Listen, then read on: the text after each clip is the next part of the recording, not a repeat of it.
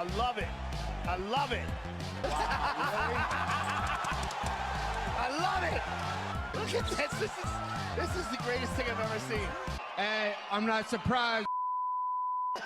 Hey, what's poppin', my homies? Hope you're doing well, feeling blessed, having a good day, having a good week. This one's going to be UFC 310, Pantoja versus Asakura in the main event. And before we get into making predictions, breaking down matchups and doing all that good stuff, I'm obliged to show you my betting results on the last weekend, which was PFL, and the weekend before that, which was Yan versus Figueiredo. So I have to show you my betting results because, you know, I do sell bets. You know, it's very cheap price. The Money City membership is just $10. It's very cheap, but I've got to show you my results. So starting with Yan and Figueiredo, I had 3 bets on this card and they were all parlays. I had a female parlay, which, man, it should have won. It should have won. And then I had Zhang and Yan, which, you know, that was nice. That was a nice winner. And then I had Feng with Olberg, and that's one that should have won again. You know, I had 2 parlays that got dusted, and both of them, as they get dusted, they're minus 4,000s. So anytime you lose a play where one of your plays has gone from minus 200 or minus 4 to minus 4,000, and then it loses, anytime that happens, you feel robbed. You know what I'm saying? You do feel robbed. So I kind of feel robbed on that card. It feels like it should have been a clean sweep. That's how it feels. But it wasn't that. And as you can see on the image, I said we want 2 out of 3 wins to get some profit. And, you know, that was the bare minimum. So yeah, I do feel robbed. Now looking at the PFL results, which was 4 days ago, or 5 days ago, Musayev and Kizriev. That was a nice parlay. Then I had Yagshi Muradov, which I maybe should have put a little bit more on that. But at the same time, that was a real gamble. That was a real gamble, but it paid off. And then I had a losing parlay. So overall, on those 6 bets, we won half of them, lost the other half, and it feels like it should be more like 1-5, lost 1. That's how it feels it should be. But we won half and lost the other half, and we had a small loss because of that. But yeah, UFC 310. I've got 1 bet at the moment, and I'm going to probably make more. So guys, let's go. Let's go. Moving into the first matchup of the card, we've got Kennedy Nzechukwu taking on Lukasz Brzeski. And we're going to start with Kennedy Nzechukwu. So Kennedy has 7 wins, 5 losses inside the UFC. He fought Chris Barnett just a month ago. And in all fairness, that performance, it was good to go. Now, some people may say, well, Chris Barnett injured himself, so it doesn't really count as a legitimate win for Kennedy Nzechukwu. But the weakness of Kennedy has always been that he typically spars with the opponent. There's no killer instinct in the game of Kennedy Nzechukwu.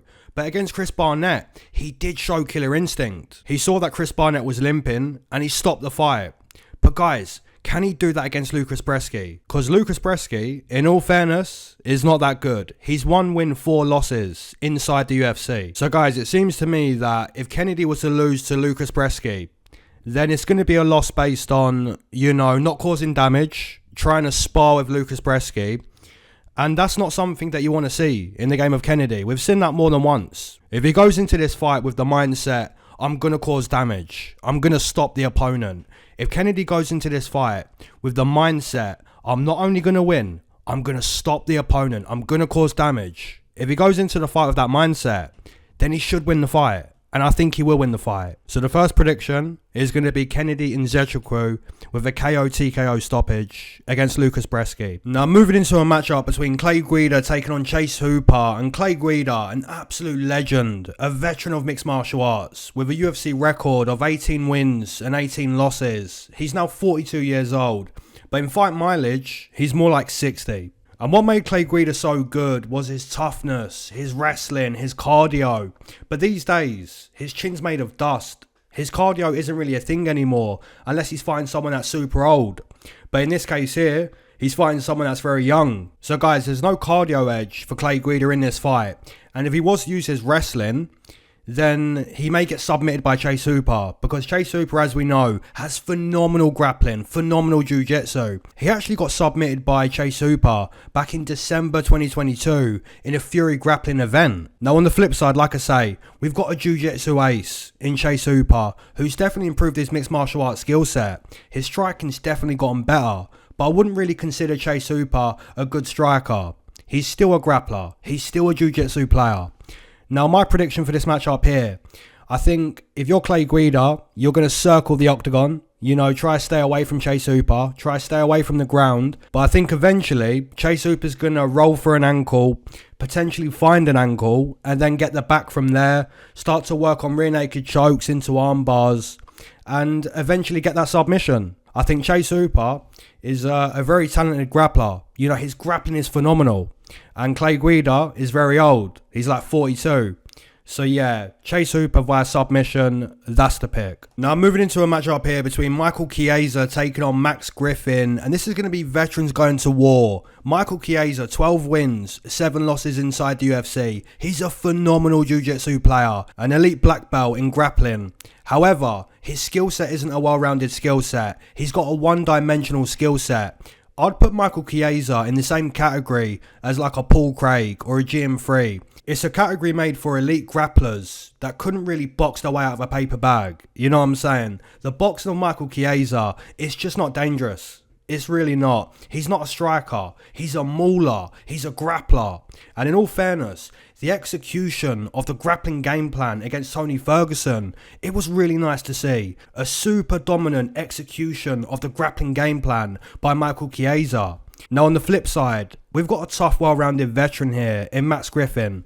And I consider Max Griffin well-rounded in comparison to Michael Chiesa. So looking at this matchup here, it's fair to assume that Max Griffin would score way more in the striking than Michael Chiesa. So if you're Michael Chiesa, you want to wrestle, you want to grapple.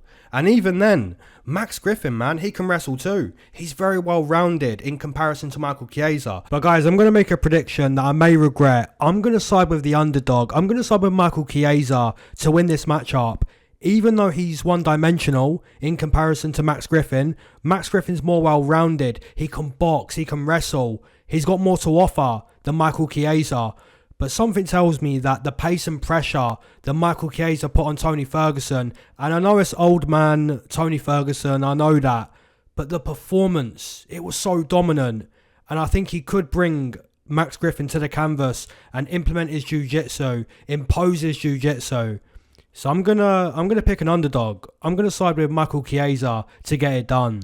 That's the pick. Moving into a matchup here between Cody Durden taking on Joshua Van. And this is excellent matchmaking. Phenomenal matchmaking by the UFC. And let's start our breakdown with Cody Durden. So Cody Durden, 6 wins, 4 losses, 1 draw inside the UFC.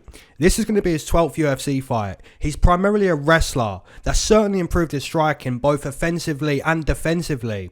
He's coming off a really dominant win against Matt Schnell, where he took that fight on short notice and completely dusted the opponent. However, I mentioned this in my breakdown for Cody Durden when he fought Bruno Silva, and it's one of the main problems in the game of Cody Durden. I feel like when he starts well in a fight, he doesn't keep control of the fight.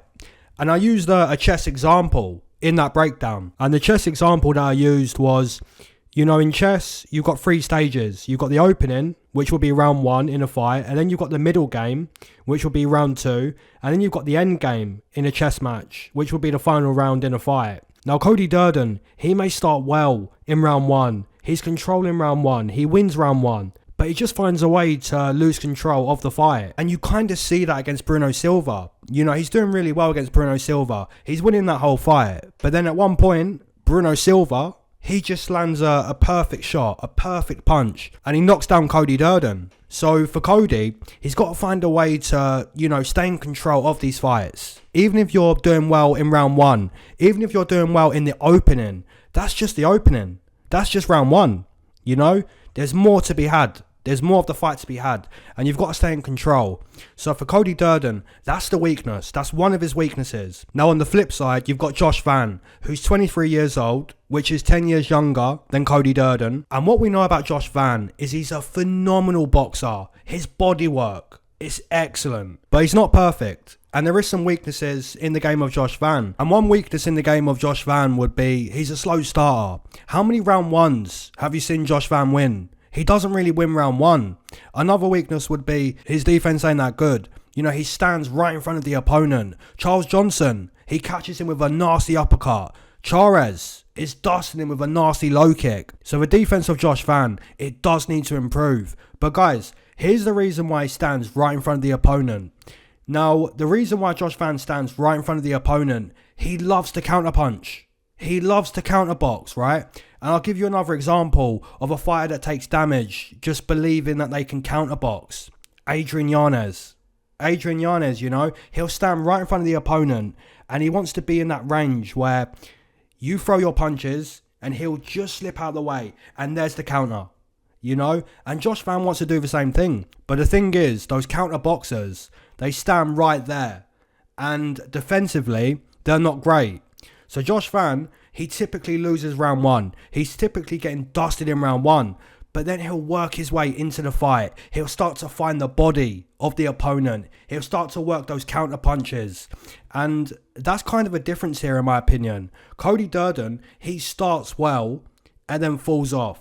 Whereas Josh Van, he starts badly and then works his way into the fight and takes over. So guys, for me personally, I've got to side with Josh Van to win the fight. He may not start well, but I know Cody Durden multiple times has been in control and loses control of the fight. And that's where Josh Van, he'll find the body. You know, his boxing is phenomenal. So in my opinion, Josh Van via KO/TKO via bodywork. The breadbasket of Cody Durden, it's getting worked. Now moving into a matchup here between Eryk Anders taking on Chris Weidman. And we've already made a breakdown and a prediction for this matchup.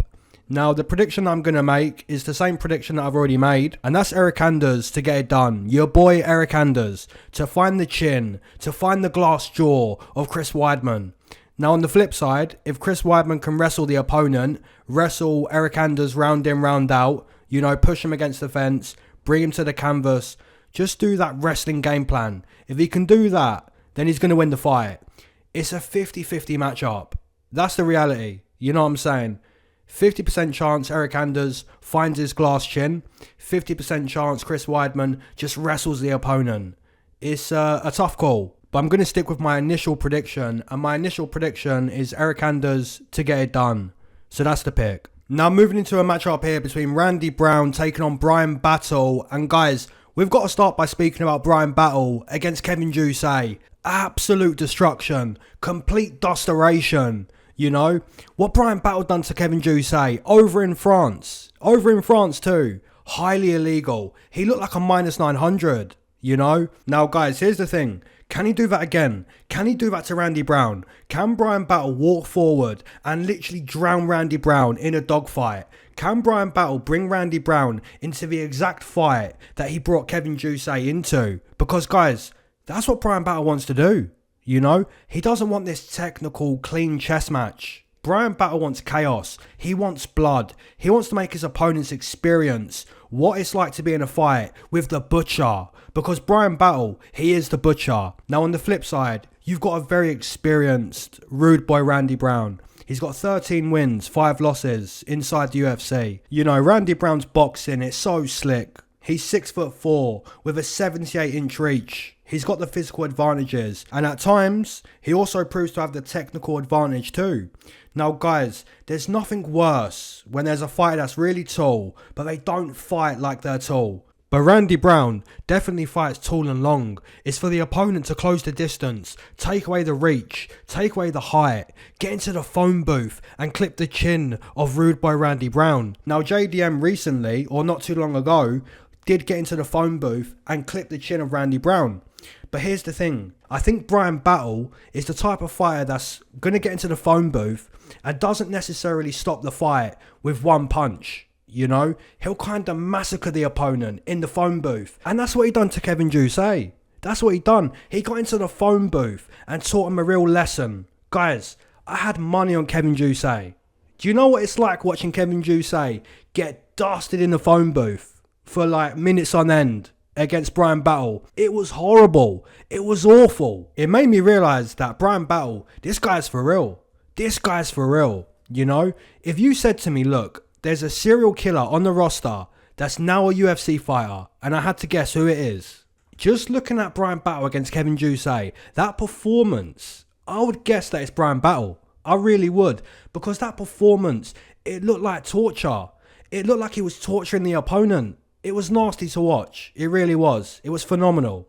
Now, if Randy Brown can keep Bryan Battle at distance, if he can keep him from entering the phone booth, you know, keep him at the end of the jab, keep him at the end of the tape, then all the credit to Randy Brown. All the credit. Because he's got so much experience and he's a slick boxer. So if he keeps Bryan Battle from that dirty dogfight, then all the credit. But guys, looking at Bryan Battle, the way he brought Kevin Jousset into that dogfight, it's almost like he tortured the opponent. You know, he just dusted him.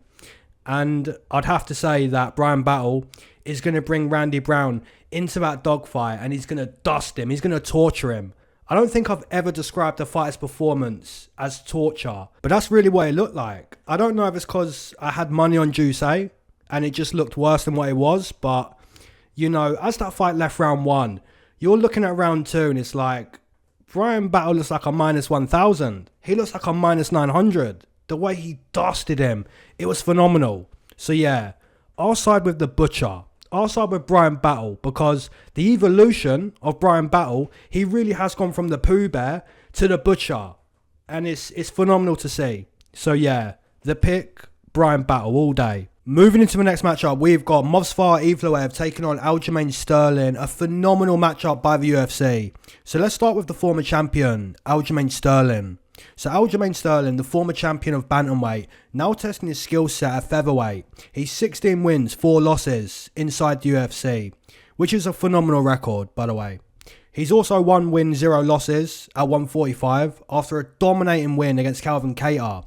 Now, Aljamain Sterling is primarily a grappler. He's always looking to out-grapple the opponent, and he easily done that against Calvin Kattar. On the flip side, we've got an undefeated Russian who's now 8 wins, 0 losses inside the UFC. And Movsar Evloev, in my opinion, is one of the best fighters on the roster. He's got cardio, he's got wrestling, he's got footwork, he's got speed. He's extremely well-rounded, and that's why he's still undefeated. Nobody's been able to figure out the puzzle that is Movsar Evloev. So guys, looking at this matchup here, does Aljamain Sterling out-grapple Movsar Evloev? Because the grappling is what Aljo does best, but the grappling is also what Evloev does best. So who wins the grappling? My guess would be Aljamain Sterling wins the grappling in round 1. Past round 1, it's not going to be easy to out-grapple Evloev. And there's been a few times in the career of Movsar Evloev where he's nearly been submitted. You know, you're seeing against Mike Grundy, Diego Lopez, and Nick Lentz. If you watch all of those fights, he nearly gets submitted in all of those fights. But the submission defense holds up. You know, he survives the choke in all of those situations. So there is a slight possibility that Aljamain Sterling does get a round 1 submission against Movsar Evloev. Because guys, don't forget, Aljamain Sterling is very dominant early in the fight. You know, look at what he done to Corey Sandhagen. You know, round 1 submission. Look at how he mauled TJ Dillashaw in round 1. Look at how he backpacked Peter Yan. He's very dominant with his grappling, especially early in a fight. However, I think Evloev is just too good. You know, he's just too good. The cardio, the footwork, the speed, the wrestling, the grappling, the hunger, the determination, discipline, focus. There's so much that makes Movsar Evloev a monster. And he's an undefeated Russian monster. And you just don't bet against him. You just don't. So yeah, I'm going to predict Movsar Evloev to get it done against Aljamain Sterling. I think it's a good test, but it's a test that Movsar should pass. So the prediction for me is going to be Movsar Evloev to get it done on the scorecards. Maybe round 1 is the best round for Aljamain Sterling, but past round 1, yeah, give me Russia. Now guys, moving into a matchup here between Vicente Luque taking on Themba Gorimbo, and we're going to spark the blunt. We're going to spark the blunt for Vicente Luque because guys, Vicente Luque, this guy's given us so many great performances, so many violent performances. We should honour Vicente Luque by sparking the blunt. The violent Brazilian that is Vicente Luque versus a rising fighter by the name of Themba Gorimbo. Now Vicente Luque, He's been around for a while. He's got 15 wins, 6 losses inside the UFC. This will be his 22nd UFC fight. Vicente Luque has multiple performance of the night bonuses and multiple fight of the night bonuses. He's got a few miles on the clock, and you kind of see that in his most recent performance when he just covers up and quits against Joaquin Buckley. I think he quit in that fight. You know, he just covers up, doesn't try to improve his position, never tries to fight back. He just quits. And it's kind of understandable that he would quit when he's taken so much damage throughout his career. And we know a lot about the brain these days, you know. The brain is so delicate. It's not like a bone. It's not like a muscle. And Vicente Luque has taken a lot of damage to the point where he doesn't really want to take the damage anymore. And you're seeing that against Joaquin Buckley. He just covers up and he quits.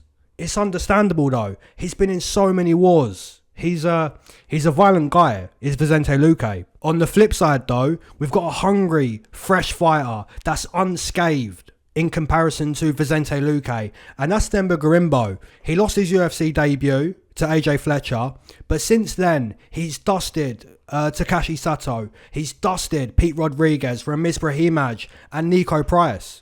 So Themba Gorimbo, he's on the rise. He's fresh, he's hungry, and he's doing well in these fights. He's doing really well. But guys, here's the thing. The experience, it goes to Luque. The striking, it goes to Luque. The jiu-jitsu, it goes to Luque. The toughness, it goes to Luque. But what doesn't go to Luque is freshness and the hunger. It doesn't go to Luque. Now, my final verdict on this fight. If Themba Gorimbo wants to win, if he wants to continue this win streak and get a win over Luque, he may have to walk through fire. Are you willing to prove what it means to be a fighter? Because Luque's done that many times. Luque's proven time and time again what it means to be a fighter. So guys, for Themba Gorimbo, it may have to be a fight where it's potentially a fight of the night type of fight. He may have to donate blood to the canvas. He may have to go through the fire against someone like Luque. And Luque, like I say, has done that many times before. He's done that time and time again. So it's now Themba's time to do that.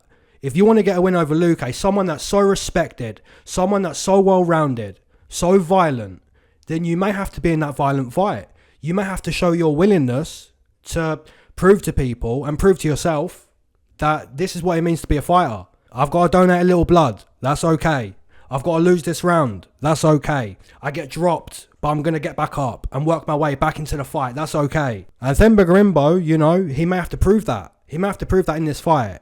I'm going to side with Themba Gorimbo, but like I say, Vicente Luque, the guy's a dog. The guy's so violent. So if Luque wins, it wouldn't be a shock. Now moving into a matchup here between Anthony Smith taking on Dominick Reyes. And guys, I want to start the breakdown by saying I actually bet Dominick Reyes against Dustin Jacoby at plus 200. And a lot of people said, you know, this is not a good pick. You know, a lot of people took Jacoby. So many people assumed Reyes would again turn to dust. But as I mentioned in my breakdown, you look at the losses of Dominick Reyes. Notice how everyone that beat Dominick Reyes has massive power. You know, Polish power, Jan Blachowicz. You've got Ryan Spann in round 1. You know, Ryan Spann passed round 1. He's a bottle job. But in round 1, he's very dangerous. You're looking at Jiří Procházka, who went on to be a champion. So Jacoby doesn't have the same power as any of those guys. You know, he's more about calf kicks. So for me, at plus 200, Dominick Reyes, it was obvious in that spot. Now looking at this matchup here, Anthony Smith is very hittable. His reactions are gone. His speed is gone. There's nothing to really write home about with Anthony Smith. He's trying to win these fights based on experience. And experience, it doesn't win you fights. Experience is muscle memory. Experience is just knowing what to do. You know, not thinking about it, just doing it. But that's not the way to win. That's not the best way to win. The best way to win a fight is to be sharp, to be fast, to be violent, to be unforgiving to your opponent. And everything I'm describing there is fighters in their prime. You know, fighters going for titles, champions, former champions. And Dominick Reyes, in some people's mind, did beat John Jones. So if he got that scorecard, he would have been a champion. And he would have been a former champion. And you're looking at Dominick Reyes in round 1 against Jacoby. You know, he's sharp, he's fast, he's quick. Whereas Anthony Smith on the flip side, he's more hittable, he's slow, he's taken a lot of damage, and he seems to receive more damage than dish out damage. And that's basically a shell. Anthony Smith, in my opinion, he's a shell. So guys, the only way Dominick Reyes is going to lose this fight, in my opinion, is if he loses focus, you know, starts the fight well in round 1 in the opening, but then in the middle game, in round 2, starts to lose focus, starts to coast, and starts to think, you know, I've won this fight before the fight's done. Because the fight's not done until the ref says stop or the timer goes. And until then, you've got to stay locked in. You've got to stay focused. And I think Dominick Reyes, coming off a nice win against Jacoby, it feels like Dom's back. It feels like Dom's back, you know what I'm saying? So that's the pick. Give me Dom Reyes via KO/TKO. Now moving into the next matchup, we've got Nate the Train versus Dooho Choi. And guys, this is phenomenal. This is a phenomenal matchup because Nate the Train, as we know, he's so violent. He wants to fight. He loves to fight. And he comes to fight every time. And on the flip side, you've got Dooho Choi, who's got excellent boxing. You know, got a nice win against Bill Algeo as a nice underdog. And I did predict Dooho Choi to get that win. The UFC understand what they're doing with this fight. You know, Nate the Train, he comes to fight. And if you're going to throw bombs at Dooho Choi is not going to do his best Chelsea Chandler impression. Dooho Choi is not going to run away. You know what I'm saying? Dooho Choi is going to fire missiles at the opponent. And that's what Nate the Train does. So when you start to think about a fight between Nate the Train and Dooho Choi, the UFC done the best option what they could do. And that's make the fight. So a lot of credit to Dooho Choi and Nate the Train for agreeing to this fight. Now, thinking about the matchup, as we know, Nate the Train, his defense is so bad. It's so bad, but he doesn't mind getting hit. You know what I'm saying? And that's fun to watch. But it's not fun to bet on. You know what I'm saying? And on the flip side, you've got Dooho Choi. This guy's boxing is so good. But he will stand and, you know, he'll be in the fire with Nate the Train. And when they're throwing missiles, anything can happen. Anyone wins that fight. You know, there's no science to that fight. And Max Holloway is one of the best in the pocket. You know, Max Holloway will point to the canvas and he'll say, let's throw down. And he's good at that fight. But Ilia Topuria in the pocket is super dangerous. And that's just an example of what we may get between Nate the Train and Dooho Choi. You know, they're going to fire missiles. They're going to be in a real scrap. Who's going to win that fight? But yeah, just thinking about this fight, more than likely it wouldn't go 15 minutes. If it does go 15 minutes, expect blood, expect knockdowns, expect chaos, you know? Expect a pure madness. But personally, I think someone gets stopped. I'm not sure who though. Maybe Dooho gets stopped, you know? Maybe Nate the Train is close to getting stopped, but he survives. And then in round 2, he starts to find the chin of Dooho Choi and finds a stoppage himself. Maybe that happens. Who knows? I'm going to sub with Nate the Train. Now moving into the next matchup, we've got Bryce Mitchell taking on Gracie. And this is a phenomenal matchup. It's a phenomenal matchup because both Bryce Mitchell and Gracie, they have amazing jiu-jitsu. Like phenomenal jiu-jitsu. So when you're thinking about a matchup between Bryce Mitchell and Gracie, we should get that. We should get that no-gi, high-level grappling contest. But sometimes when you've got two excellent grapplers, sometimes they choose a striking contest. It's almost like both of them respect the grappling of one another and they strike instead. But yeah, personally, I don't want to see a matchup between Bryce Mitchell and Gracie contested in a striking contest. You know what I'm saying? We should get a grappling contest between Bryce Mitchell and Gracie. Now my prediction though has to be a mixed martial arts prediction, assuming we don't just get a grappling contest. Obviously that's what I want. You know, between Bryce Mitchell and Gracie, you want to see that. But we have to assume that in a mixed martial arts fight, there's going to be more than just grappling. So, assuming that, Bryce Mitchell is the pick. Because Gracie, on the feet, his stand-up is dusty. But so is Bryce Mitchell, though. You know, Bryce Mitchell got folded. He got dusted by Josh Emmett. But Josh Emmett, he's got missiles. You know, he's got rocks for hands. Whereas Gracie, not so much. So I'm going to side with Bryce Mitchell. That's the pick. Now moving into the next matchup, we've got Ciryl Gane taking on Alexander Volkov. And Ciryl Gane's now 9 wins, 2 losses inside the UFC. He's already got a win over the Russian Alexander Volkov. And I'm trying to think of reasons as to why the UFC would remake this fight. Maybe it's a case of Alexander Volkov being on a nice win streak. And with Gane, they're not too sure that Gane's still that slick. Because, you know, you look at that fight against Jon Jones, and I know Jon Jones is one of the greatest of all time, or the greatest of all time, but the way Gane got dusted in that fight, you know, the fight started, and then it's just over. So the UFC think the rematch is necessary between Volkov and Ciryl Gane. Now guys, Gane has amazing footwork. He's got amazing agility, so fast. The switching of stances, the effortless kicking ability. He's phenomenal. Whereas Volkov doesn't really have the same agility. He doesn't have the same effortless switching of stances. He's not as fluid, if that makes sense. He's more traditional, you know, use a nice jab, use a nice teep kick. And those weapons done the job really nicely against Pavlovich. But will those same weapons get the job done against someone who's not going to necessarily walk into the jab or necessarily walk into the teep? Gane is a fighter that's hard to hit. He's known for being fast. He's elusive. He's almost like water. And as Bruce Lee once said, water doesn't crash. Water flows, and you see that flow in the game of Ciryl Gane. He's so quick, he's so elusive. So is he going to walk forward and crash into the jab of Alexander Volkov, crash into the teep kick of Alexander Volkov? Probably not. So in the rematch, give me Ciryl Gane again to get it done. Now moving into a phenomenal fight, truly a phenomenal fight. We've got Shavkat Rakhmonov versus Ian Machado Garry. This is phenomenal. And I want to start by saying this. The odds on this co-main event is pathetic. Because guys, the odds say it's a mismatch. They say it's a mismatch. Trust and believe me, this is not a mismatch. This fight right here, this is no mismatch. Now Ian Garry has excellent footwork. His body kicks, his head kicks, they're extremely dangerous. There has been a couple times though in the career of Ian Garry where he's been clipped. For example, against Kenan Song. Kenan Song was able to drop Ian Garry against MVP. You know, MVP, so fast on the feet, so light with that sideways stance. That caused real problems for Ian Garry in that fight, specifically past round 1.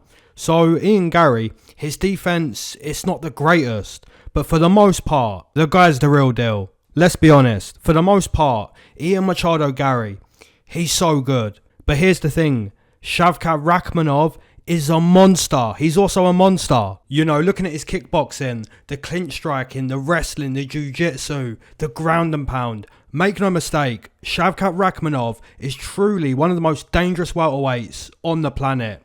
And although I said the odds are kinda off, I'm still going to predict Shavkat Rakhmonov to win the fight. But I do think Ian Garry, he's going to look good for about 10 minutes. He's going to win round 1. I do think Ian Garry gets round 1 on the scorecards. You know, the early footwork of Ian Garry, I think it's going to be too much for Shavkat Rakhmonov. But this is a 25-minute fight.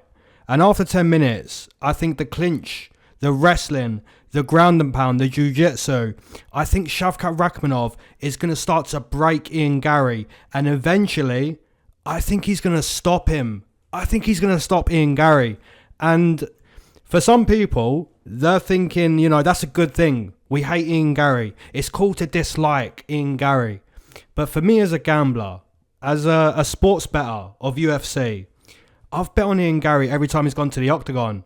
And every time I've won. I've bet on Shavkat Rakhmonov every time he's gone to the octagon. Even took him as a slight underdog in his UFC debut against the Brazilian Cowboy Oliveira.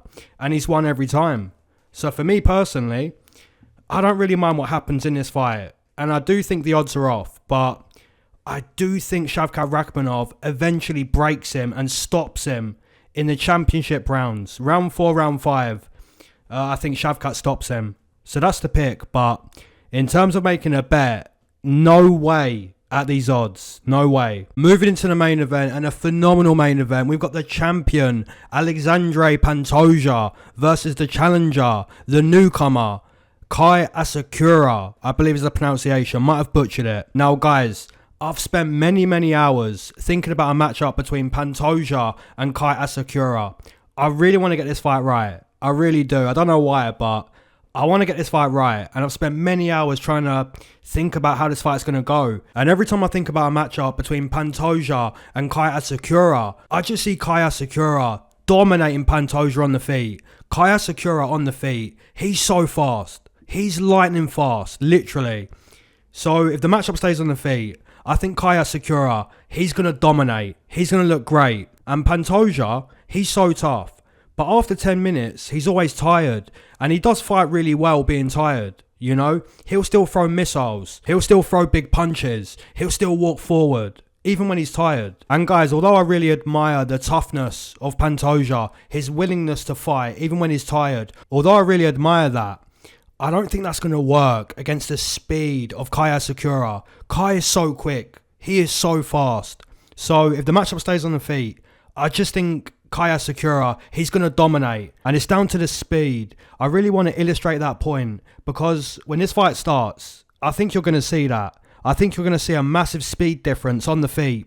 And you may look at this fight and think, you know, Kaya Asakura, plus 200, he was a lock. He was a lock. But guys, that's if the matchup stays on the feet. What if the matchup goes to the canvas? What if Pantoja is able to implement a strong jiu-jitsu game plan against Asakura? What if Pantoja says, look, you're good on the feet, I'm good on the ground, where are we going to fight?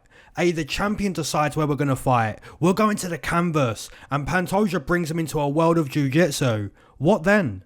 In that situation, we know Pantoja truly wants to stay champion and is looking to destroy Kaya Asakura.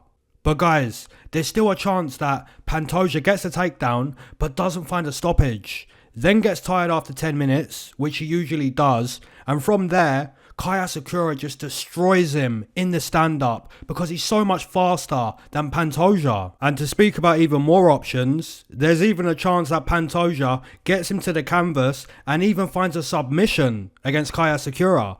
You know, there's so many ways this fight can go. But when I think about the matchup, I do see Kaya Asakura dominating the stand-up. I just think he's so much quicker, so much faster. The counter knee that Kaya Asakura got on Archuleta, you know, that kind of highlights the speed of Asakura. But Pantoja has so much experience. He's got so much toughness. And if he brings Asakura to the canvas and just imposes his jiu-jitsu, then there's a chance he can win. There's a chance he stays champion. But the odds are so... they're kind of wide, man. They're wide. And I kind of want to take Asakura. And if I don't pick Asakura and Asakura wins, I'm going to feel really stupid. I'm going to feel like I made a terrible prediction, a terrible breakdown. Oh, man. I'm going to take Pantoja. I'm going to pick Pantoja. I'm going to side with the bookie. I'm going to assume the bookie understands what they're doing in line in this matchup. But if it stays on the feet, man, Kaya Asakura, I'm telling you, he's just so fast.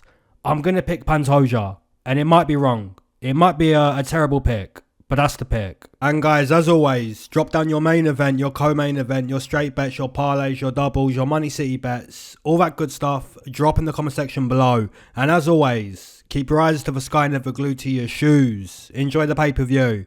Alright guys, peace.